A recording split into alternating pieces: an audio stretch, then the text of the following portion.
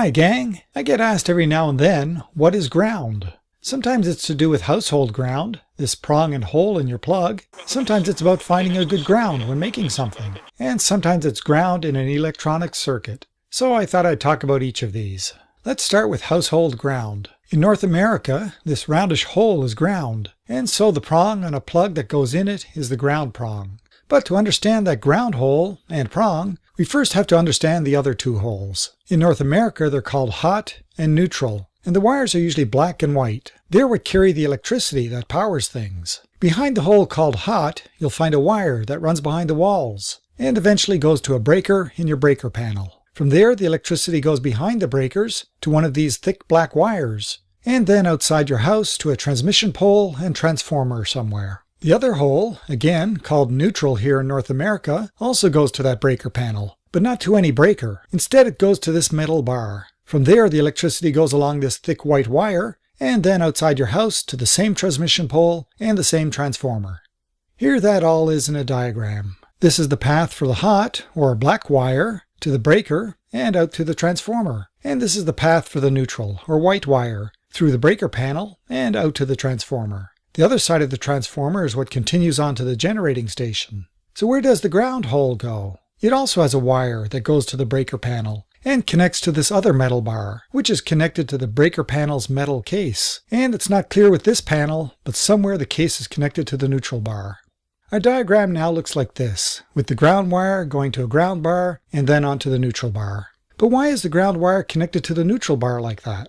That's in case you have a break in the insulation covering a wire somewhere. That break can cause a fault, such as in this microwave oven.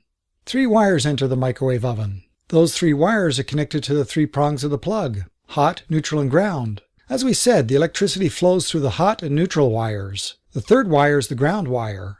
The ground wire is connected to the metal case, and normally no electricity flows through it. We'll add the microwave oven to our diagram. The hot and neutral wires go to the electronics, and the ground wire connects to the case. But the case is not connected to anything else. Electricity won't flow on it because there's no return path. But what if the insulation around the hot wire gets damaged, and the wire itself touches the metal case? The case is now connected to the hot wire. If you were to touch the case, you'd get a dangerous shock. But luckily the ground wire is connected to the case. That ground wire is a very low resistance path for the electricity, and so it will flow from the hot, through the case, through the ground wire, and back to the panel where the ground is connected to the neutral, and back to the transformer, completing the circuit with the hot wire there. However, since that path is such low resistance, the current will be very high. And remember that the hot path goes through a breaker in the breaker panel. The current will be high enough to trip that breaker, disconnecting the power, and making it safe to touch the microwave oven's case again. Let's look at it again, but on the diagram. The problem starts when insulation on the hot wire breaks, and the wire touches the microwave oven's case. Since the case is connected to the ground wire, we now have this complete circuit, along the ground wire to the breaker panel, then along the neutral wire onward to the transformer on the pole, through the transformer's coil, back through the hot, through the breaker, and continuing to the hot in the microwave oven, where it's touching the case. There's very little resistance along that circuit, and so the electrical current will be very high, high enough to trip the breaker, which opens the circuit, making it safe to touch the microwave oven's case again. But wait, none of that had anything to do with the earth ground. Why is the wire called ground? Looking at the breaker panel again, there's thick ground wire connected to the neutral bar here that goes to a metal rod buried in the ground, called a ground rod, or to some other metal that's buried in the earth ground somewhere, like the metal pipe that brings cold water in from the city. And where the neutral wire goes to the transformer, there's another wire that goes down the pole to a ground rod there too. Now our diagram looks like this, with the thick bare wire from the breaker panel to earth ground, and with the ground wire from where the neutral wire connects to the transformer, also down to earth ground. Why have all this wiring all the way to the earth ground, if it didn't play a part in our microwave oven fault? To understand that, we need to learn a bit about electric charge.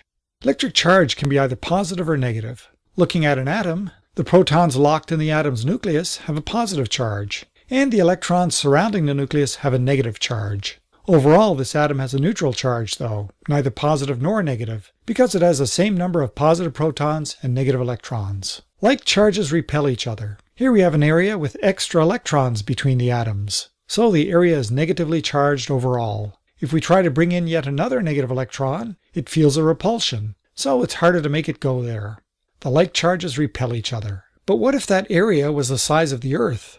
Or maybe just your neighborhood? To negatively charge such a large area would take a lot of extra electrons. Similarly, we could positively charge the area by taking electrons from it, leaving more positive protons than negative electrons. But it doesn't matter. The ground is such a large volume that the ground normally doesn't get very charged either way. It remains with a fairly neutral charge. So what's a good ground? A good ground is one that has a large enough volume that it can handle whatever charge you're trying to give it without it ever becoming very charged. Now back to why we're connecting wires all the way to earth ground. One reason has to do with lightning. Remember that the breaker panel case is connected to ground, and so is this microwave oven's case. When lightning strikes nearby, those cases can become charged. By connecting to earth ground, that charge bleeds away to the ground, keeping the cases safe to touch. Let's say the case becomes negatively charged. As we said, like charges repel each other. Since the ground has a fairly neutral charge, the electrons on the case repel along the wire to the earth ground, and they keep repelling until there's an even amount of charge everywhere. Since the ground can take a lot of charge, the overall charge doesn't even out until everything's fairly neutral. And yet another way to look at it is that the negatively charged case has a certain quantity of charge, and the neutrally charged ground has a different quantity of charge. That means they have different electric potentials. A potential difference, or a voltage, exists between them. Since there's voltage between them, if you connect them with a wire, current will flow. Electrons will flow from the negatively charged case to the neutral ground. For a ground rod to work well, the ground does have to be electrically conductive though, meaning it has a low resistance. Dry sand like this is not very conductive, and is a bad ground. But moist soil is fairly conductive, and is a better ground. Also, the more ground you connect to, the better. Here I just pushed some wires into the ground, and it wasn't very good. I even poured water in to help, but it still wasn't great. You can buy copper and galvanized steel rods that are around 6 to 10 feet long, that you can pound into the ground. But keep in mind that cold ground lowers the conductivity, so make sure to drive it below the frost line for winter use.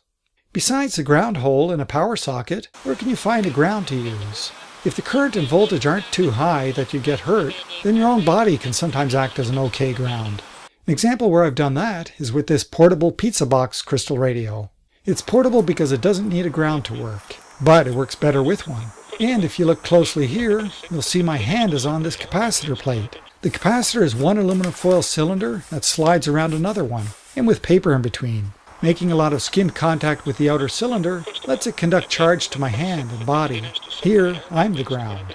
Often when playing with high voltage, you'll have a ball that's connected to a wire going to ground, and make a spark by bringing that near a charged object, like this Van de Graaff generator. A fairly safe way to ground that, if you don't have a ground rod that you can connect to directly, is to find a metal pipe that you're certain goes into the ground, like this copper cold water intake pipe from the city. Or this metal fence would do, since it makes plenty of contact with the ground. And finally, what about this ground symbol in the schematic for an electrical circuit?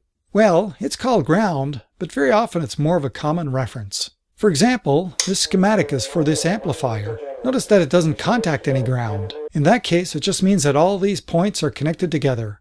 For the circuit board, I soldered all those points to a bare wire in the back. Anything connected to that common reference will have voltages that are relative to that common.